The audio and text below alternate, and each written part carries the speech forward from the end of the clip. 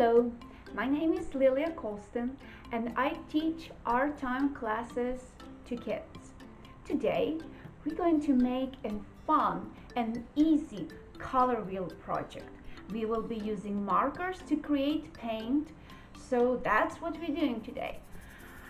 Why would you need a color wheel? I think every artist needs to have a color wheel so we know how to mix colors, what colors to use for our artwork, and if we know that some colors might accidentally run into each other, actually what colors they should be. So let's get started.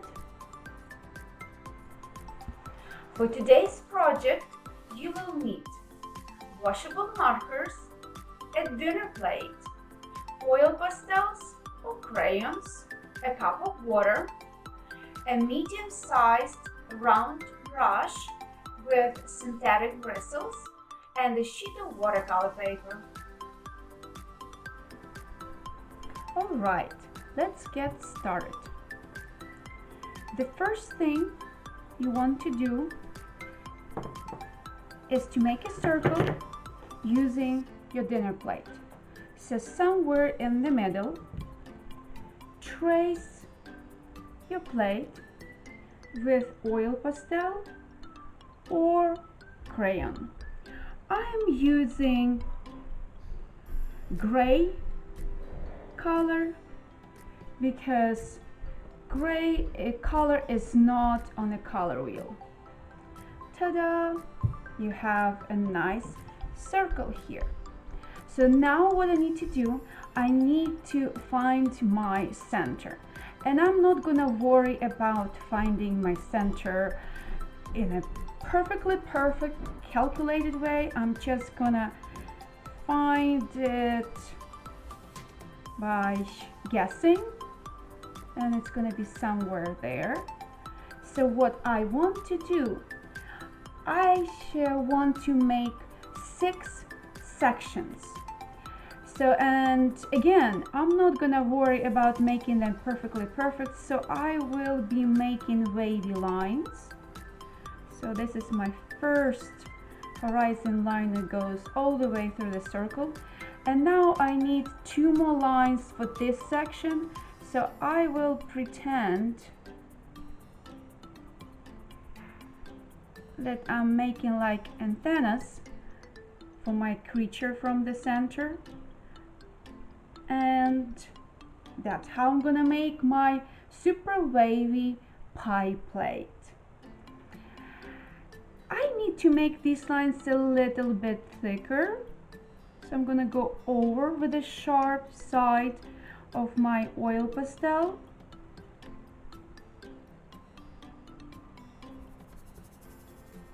Because we will turn this drawing into painting just in a little bit, so we need these lines to be nice and thick.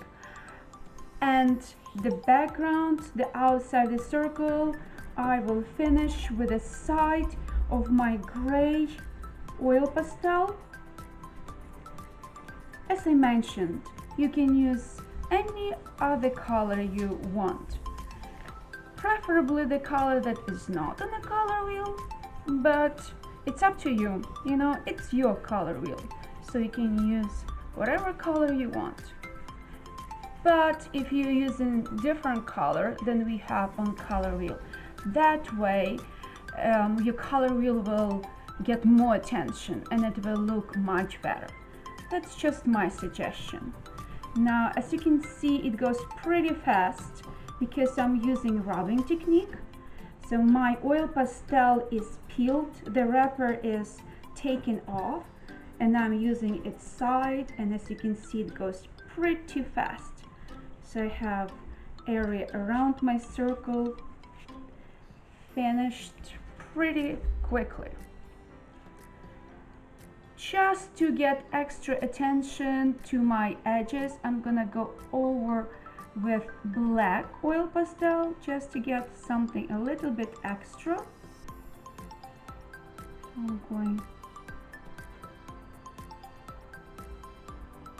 around with a sharp edge of my oil pastel. If you have a crayon, you can do the same. You can use your crayon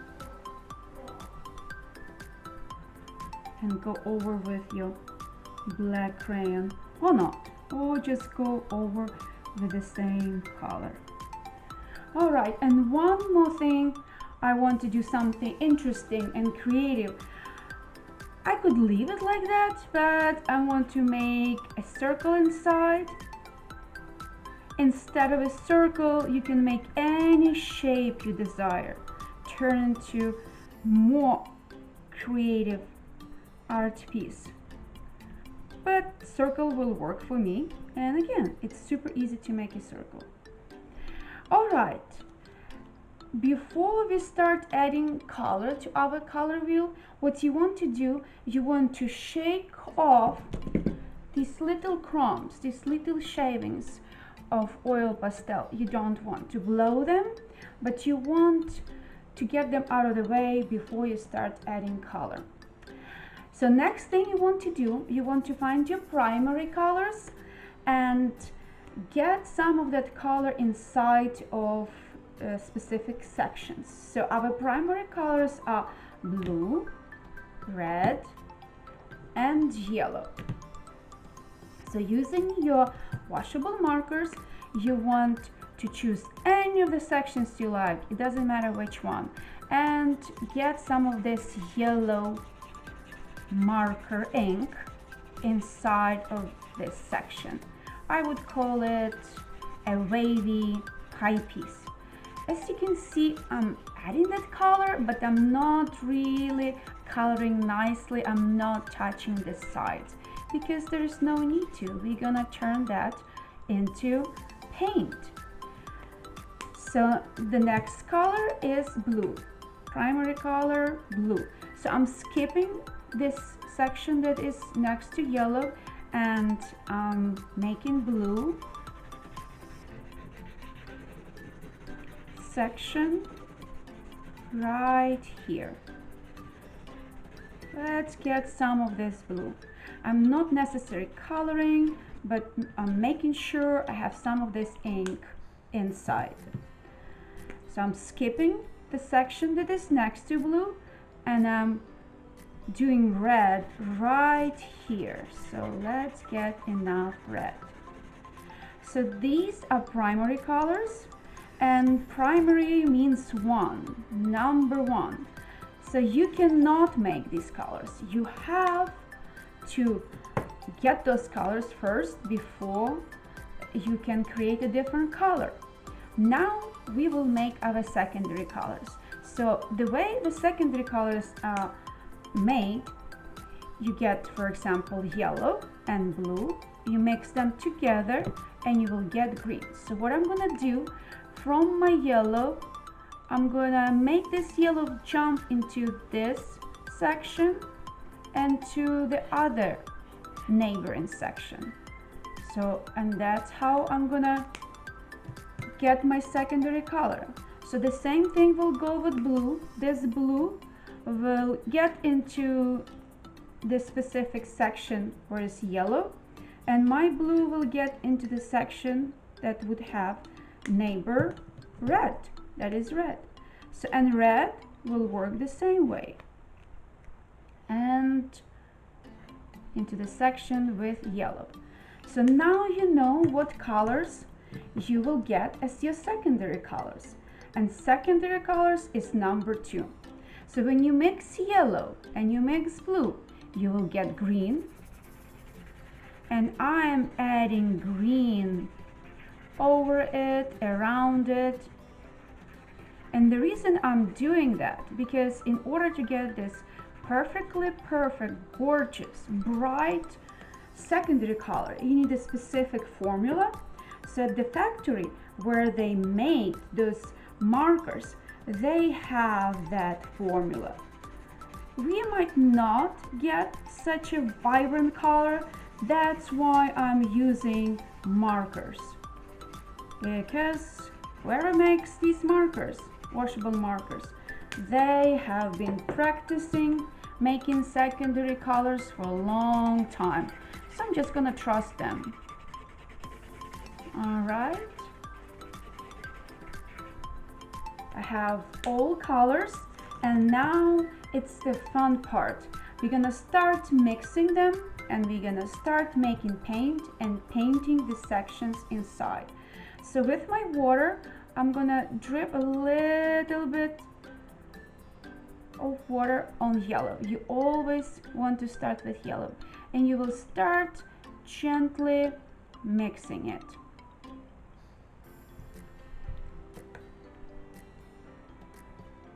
So see, you are making watercolor, because washable markers, they mix with water, so you can make your own paint. So rinse your brush, add water to green, and do the same thing with green.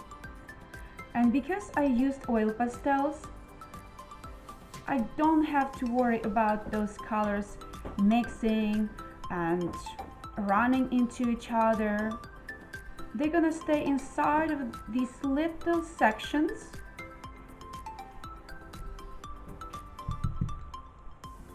And don't run. Now I also don't really have to touch my lines, just to be careful. When you use synthetic brush, it's much easier to do this technique. It's not as soft as natural hairbrush. So let's add some water to purple. You want to rinse your brush in between colors. And see, now my lines are disappearing. Isn't it fun?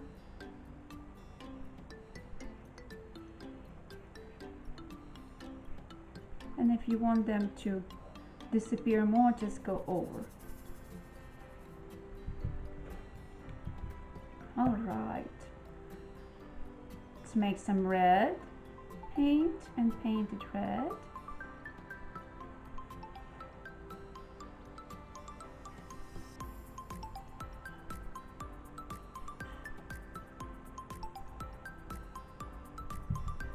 And the last is orange.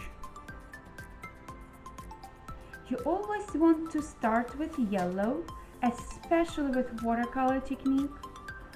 Almost all art techniques want you to start with the lightest color, and yellow is our lightest color, and then you will go darker and darker, and black would be your last color if you're using black.